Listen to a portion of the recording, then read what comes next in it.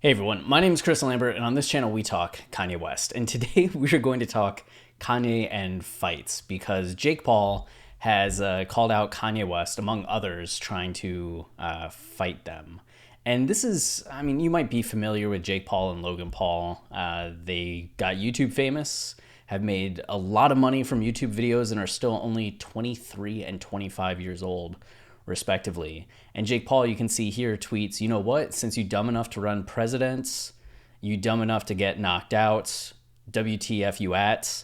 Which, like, if you're going to call Kanye dumb, at least, like, don't write like that. And while I have respect for the fact that Jake Paul has a Super Saiyan 2 Gohan from the Cell Saga profile picture, that's about all the respect I have for Jake Paul. And it made me think, like, there's no way that Kanye at this point in his life at 43 years old is going to fight Jake Paul, father of four. Like, no, he's not fighting Jake Paul. But Kanye has fought before, which I thought would be kind of fun to look at. So you may remember back in 2013, coming out of LAX, Kanye got pretty pissed at this paparazzi and tried getting the guy's camera from him. And he said, "I know you're trying to antagonize me, so I have to pay you $250,000." And then he lunges at the guy. So it's like Kanye knows that this isn't a good idea, what could happen, and yet he does it anyway. And they kind of struggle, and that's really that. But the guy ended up crying foul and trying to make it a big deal, which we'll see kind of at the end of this video. But it's funny because they point out in the report that Kanye like had just released Yeezus, and on New Slaves you have go and grab the reporters so I can smash the recorder.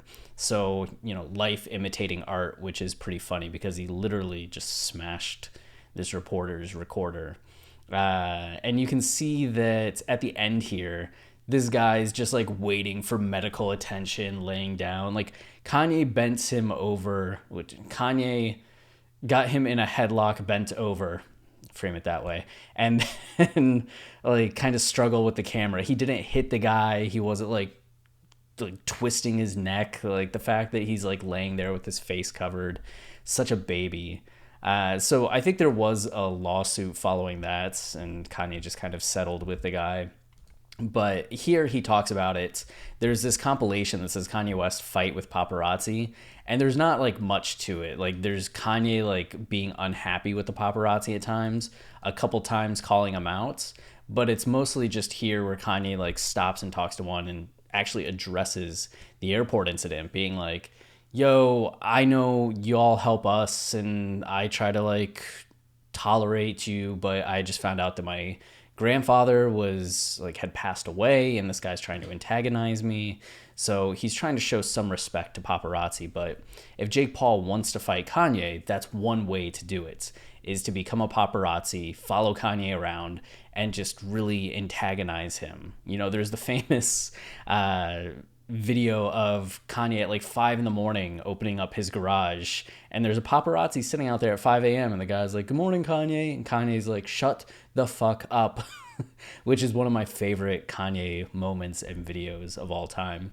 But then there's a second way to get Kanye to fight, and I don't know if Jake Paul wants to go this route. You can see here, heroic Kanye West punched a racist teen in the face. And this was actually a few months before. No, it was nearly a year after 2014.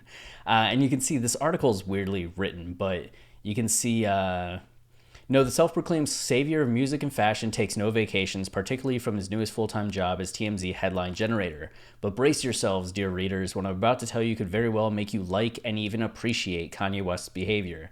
This past Monday, West's bride-to-be, Kim Kardashian, was visiting a chiropractor in Beverly Hills when the swarm of paparazzi that cling to her like so many lamprey upset a nearby racist teenager who yelled a number of hateful profanities at them.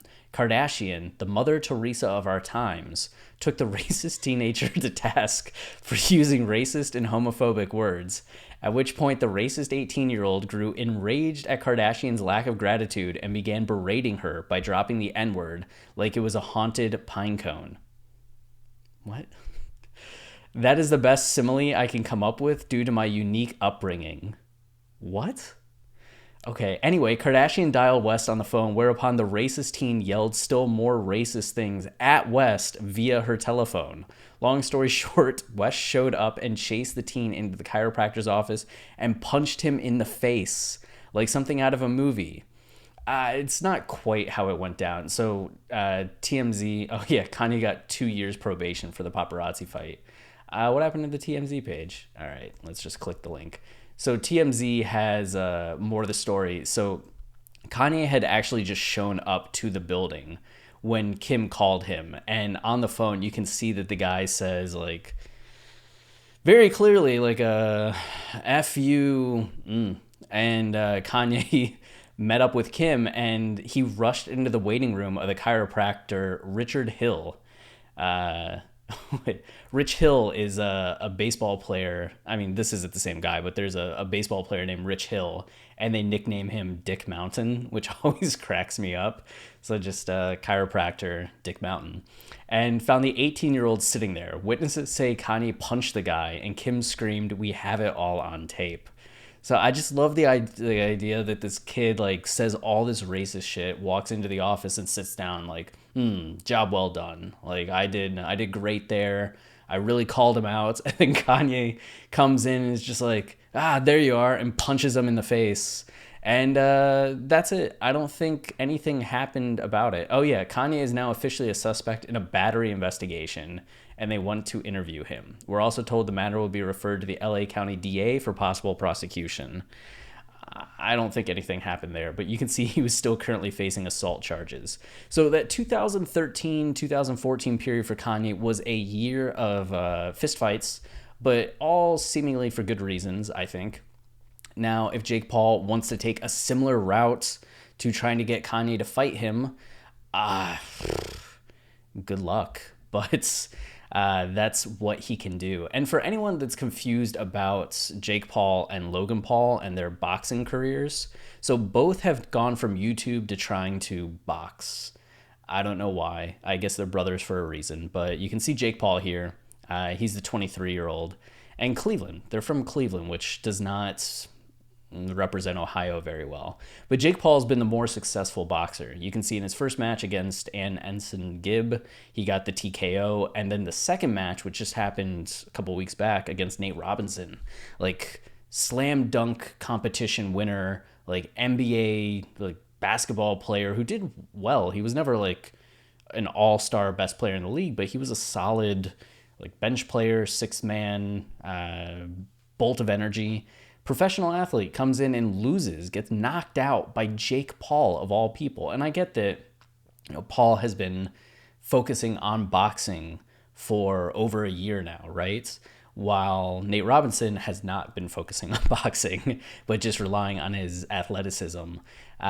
So kind of unfair for Nate, but still, it was shocking for a lot of people that Jake Paul still knocked out Nate Robinson. And then you have Logan Paul, who I always thought was the worst of the two brothers, especially after all the controversy he had in Japan, where Japan was essentially like, please get out of the country and never come back because you are very annoying and what we dislike from people in this world. But you can see that he's also tried boxing and actually did it first. And he boxed KSI, who's a YouTuber and internet personality, rapper, actor, and boxer. And he lost by decision to KSI. And that was his one and only match so far. But he's actually scheduled to face Floyd Mayweather Jr.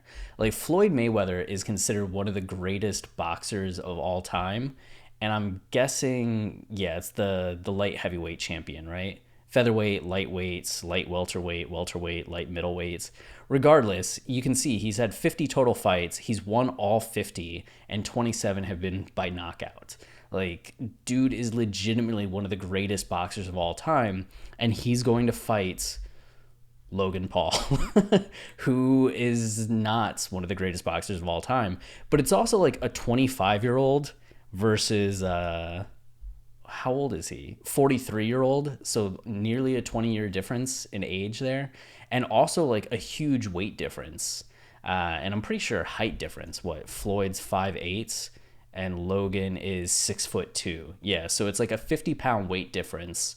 All that height difference, Will it matter? Will it not matter? As much as I dislike both of these guys and don't really want to support them, I'm gonna have to watch that. Like, yeah, it's just one of those things that you don't want to have to watch, but you have to watch it. Like, I can't not watch this. So I'm looking forward to that. And if you're trying to decide who is the worst Paul brother, there's this video here by D'Angelo Wallace, and it says Jake Paul, the only person worse than his brother Logan Paul. So according to D-Dub here, Jake Paul is the worst of the two. So if you want to watch this 51-minute video detailing who is the worst brother, then that link will be down below. But, good luck to Jake Paul for trying to get a fight with Kanye. I don't think it's going to happen, but at least we now know what he can do if he wants to try to fight Kanye. But I don't recommend him or anyone else going down that path because it's a dark road. A dark road. Anyway, if you enjoyed the channel and you want to support us, the easiest way is liking, subscribing, commenting, as those things tell YouTube this is a channel people enjoy, and they show it to more people, which goes a long way. We also have our podcast, Watching the Throne, a lyrical analysis of Kanye West, where we go line by line, track by track, album by album through Kanye's discography, giving the deepest critical analysis and insight into Kanye's lyricism that has ever been undertaken. And it will forever change how you listen to Kanye's music. So you can find those episodes on Apple, Spotify, Tidal, wherever you listen to podcasts. And I promise you, you will come away from any episode thinking, wow, I now really like this song or respect this song more than I ever thought that I could or would, even if you already loved it. So that's a guarantee. And that's it for today. Until next time, stay wavy and keep it loopy. Cheers.